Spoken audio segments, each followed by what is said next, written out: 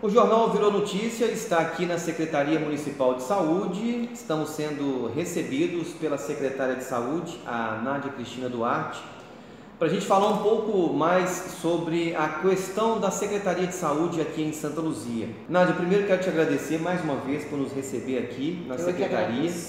E o que já foi possível avançar depois daquela apresentação até para essa primeira semana de novembro?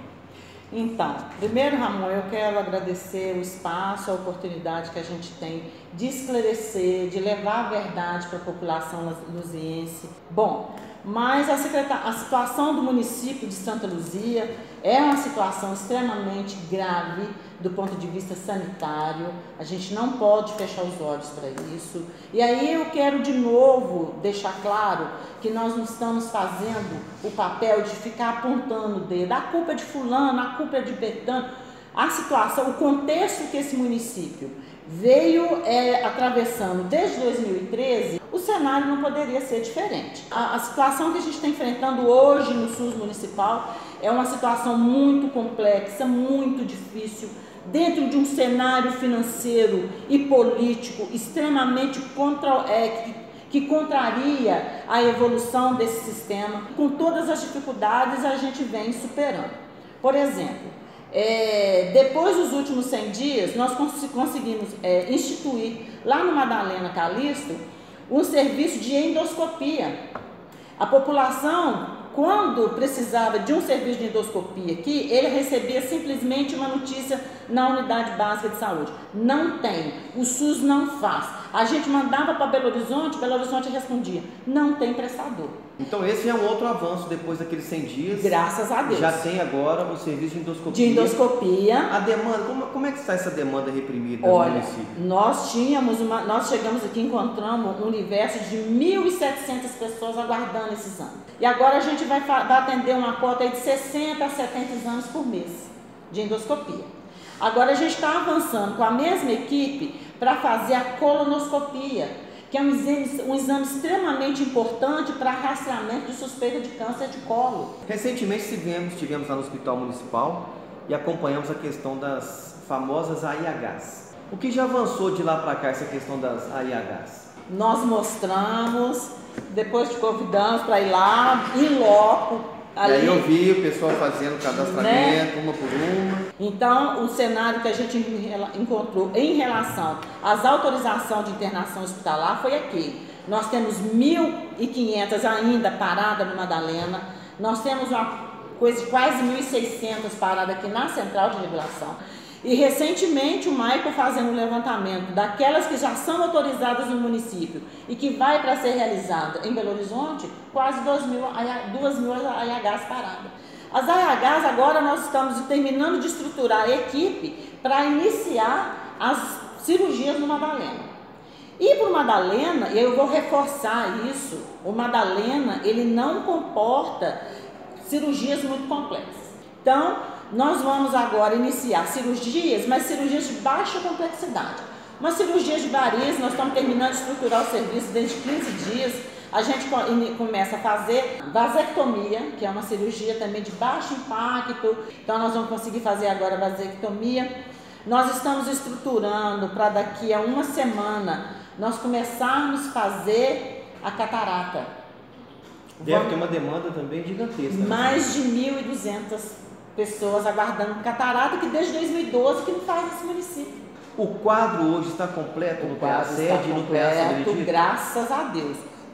Mesmo com todas as dificuldades. Insumos, como é que está a questão de insumos nas unidades de saúde? Tem faltado medicamento, alguma coisa de seringa? Alguns medicamentos veio faltando, porque a gente não conseguiu fazer o emergencial, mas conseguimos agora fazer uma adesão de ata. E estamos, graças a Deus, reestruturando a assistência farmacêutica, comprando os medicamentos. A gente acredita que até semana que vem nenhum medicamento vai estar faltando na rede. Os insumos, não, os insumos tem direitinho, não está faltando não. Outra coisa que a gente está recebendo muita reclamação da população é em relação às fraldas. As fraldas nós conseguimos negociar com o prestador, estava 6 meses sem receber. A gente herdou uma gestão que não pagava fornecedor. Nós estávamos devendo quase 400 mil reais de fralda, conseguimos negociar, mesmo com toda a dificuldade financeira, parcelamos o prestador, aditamos o contrato, o prestador viu o nosso esforço e a boa vontade, até semana que vem ele entrega, vai regularizar a entrega e o fornecimento das fraldas. A pergunta que eu mais escuto diariamente aqui no Virou Notícia: Ramon, pelo amor de Deus, olha pra gente a questão do Instituto Bom Jesus, precisamos receber. Bem, Instituto Bom Jesus, que capítulo que a gente está nessa novela? Instituto Bom Jesus é realmente uma novela. E agora eu pergunto, como está a cabeça daquele profissional que sai de casa para trabalhar, não sabe se vai ter o acerto, quando vai ser esse acerto? Como é que está essa tratativa? O que você já pode, o que tem de novidade sobre essa novela Bom Jesus? Inclusive, você estava, antes de eu te receber, a gente estava aqui em reunião com o Bom Jesus, aí eu quero demonstrar, falar para o seu público, falar para a comunidade de Santa Luzia, que o trabalhador ele não é culpado pelos erros da gestão. Então, se foi um contrato leonino, se foi um contrato sem controle, se foi um contrato sem verificação das despesas, o trabalhador não tem culpa disso, né? Então, nós fizemos um esforço muito grande de, antes da rescisão de contrato, pagar toda a folha do trabalhador não médico. Fizemos um esforço gigantesco para pagar a folha do trabalhador médico, inclusive até os 5 dias trabalhados do mês de setembro. Resolvido isso, a gente está na terceira fase, que é negociar junto com o IBJ as dívidas trabalhistas. Inclusive já tem uma reunião no Tribunal do Trabalho para dia 26 de agora de novembro, e aí trouxe todos os custos de quanto que isso vai de quanto que isso ficou para o município, o que a gente vai poder negociar com o IBJ, para a gente já chegar no Tribunal do Trabalho com uma proposta já bem adiantada, de parcelamento. Nós não temos a intenção de levar prejuízo para nenhum trabalhador, não temos intenção de levar prejuízo para ninguém, mas a gente não pode tirar recurso de onde não tem. Então, até para a gente fazer um parcelamento, um acordo, a gente tem que ter a garantia de que nós vamos ter esse recurso para honrar nossos compromissos. Aquilo que você falou, o trabalhador, ele não tem culpa, ele vem sendo a vítima de situações que foram colocadas para ele e mesmo assim ele continua trabalhando. Exato. Não existe ainda, então dia 26... A gente já tem uma audiência. Já tem uma outra audiência em Belo Horizonte. Nessa audiência pode ser que já saia dali um acordo? Pode ser, que a gente já saia de lá com um acordo delimitado e pactuado. Como eu disse antes, a gente não promete aquilo que não vai fazer. A Prefeitura reconhece que deve o Instituto Bom Jesus ou não? Ou deve, ou que o Instituto Bom Jesus apresentou? A gente reconhece as dívidas trabalhistas. Porque o que a Bom Jesus apresentou em relação à execução do serviço, o prestador, é um processo que a gente ainda está levantando, nós ainda estamos apurando. Deve ter uns 15 dias que chegou um calhamaço de documentos e que a gente estamos montando uma comissão para avaliar essa prestação de contas do IBJ em relação ao fornecedor. E aí talvez seja um pouco contraditório, se eu estiver errado, você me corrija. Se o município fazia o pagamento antecipado para o Instituto Bom Jesus, como é que ele apresenta agora valores e que essa atual administração ainda não pagou? Porque o que ele alega é que não recebeu da prefeitura e por conta disso não é possível fazer o acerto dos funcionários. Então, Ramon, essa aí é uma outra contradição. O que a Bom Jesus alega? Ela alega que ela tinha um valor de 5.590.000 fechado, adiantado, mas que esse recurso não era pago para ela na íntegra. Coisa que até onde a gente avaliou, a gente contesta. É bem verdade que as despesas referentes ao mês de julho, que foi quando nós chegamos, nós só pagamos em relação à prestação de serviço aquilo que a gente conseguiu validar, aquilo que ele comprovou e que a gente concordou em pagar. Então, o recurso pago para Bom Jesus referente ao mês de julho, nós pagamos por volta de 4.800.000, que foi o que eles conseguiram comprovar a despesa. Em relação a setembro, nós não pagamos ainda, em relação à prestação e serviço prestado, a gente não pagou ainda, nós só pagamos o RH, que é essa documentação que chegou. E ela alega que nos meses anteriores, ela ficou ali sem receber os meses fechados, inclusive trabalhou sem contrato no mês de maio, de 15 de maio a 15 de junho, um mês antes das eleições, ele não recebeu, e para que o serviço continuasse mantendo, ele teve que tirar ali as reservas trabalhistas para manter o serviço funcionando. É verdade ou não? A gente não pode afirmar, porque as contas ainda não foram auditadas. Agora, o mais interessante desse processo é que tem o contrato da prefeitura com a Bom Jesus, tem uma cláusula, e aí assim, eu realmente não entendo as cláusulas desse contrato, onde define que as verbas trabalhistas, ela é responsabilidade da prefeitura caso venha rescindir o contrato antes do prazo. Que trabalho, que servidor, que serviço, que secretaria ia colocar uma cláusula dessa no contrato? E isso foi assinado na gestão anterior. Assinado e pactuado na gestão. É o que o Bom Jesus alega, que uma vez não recebendo da prefeitura, ele estaria impossibilitado de fazer o acerto dos funcionários. E os funcionários continuam em meio a isso tudo sem uma definição. E para terminar de avacalhar o resto, ainda tem uma cláusula no contrato que, caso a prefeitura fizesse a rescisão do contrato no prazo antecipado, que foi o que aconteceu, a dívida seria nossa. E que nós estamos contestando essa cláusula também juridicamente. Esse contrato iria até quando? Até dezembro. Até dezembro. Foi um contrato emergencial também. Teria duração no primeiro momento de 6 meses. Depois ele venceu. E prorrogaram por mais 6 meses. Seria um valor de 36 milhões em 6 meses, o valor total desse contrato. E é um valor que o município simplesmente não tem condições de honrar. Ele não tem condição. O valor do contrato, não vou ser aqui muito exata em relação aos números, mas o valor contratual só da Bom Jesus no período de 6 meses é maior do que a gente tem em orçamento hoje para gastar com a saúde inteira.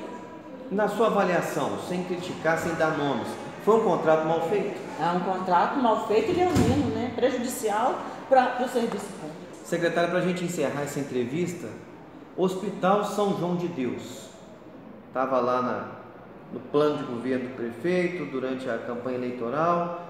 O hospital, de fato, será reaberto e, sendo reaberto, vai atender a maioria de pacientes que não têm condições de pagar um plano de saúde, vai atender a maioria pelo SUS. Claro. Como é que está a situação do São João de Deus hoje? Então, São João de Deus, depois que nós estruturamos todo o processo assistencial, de como que ele está integrado à rede, nós nos deparamos com um processo judicial, porque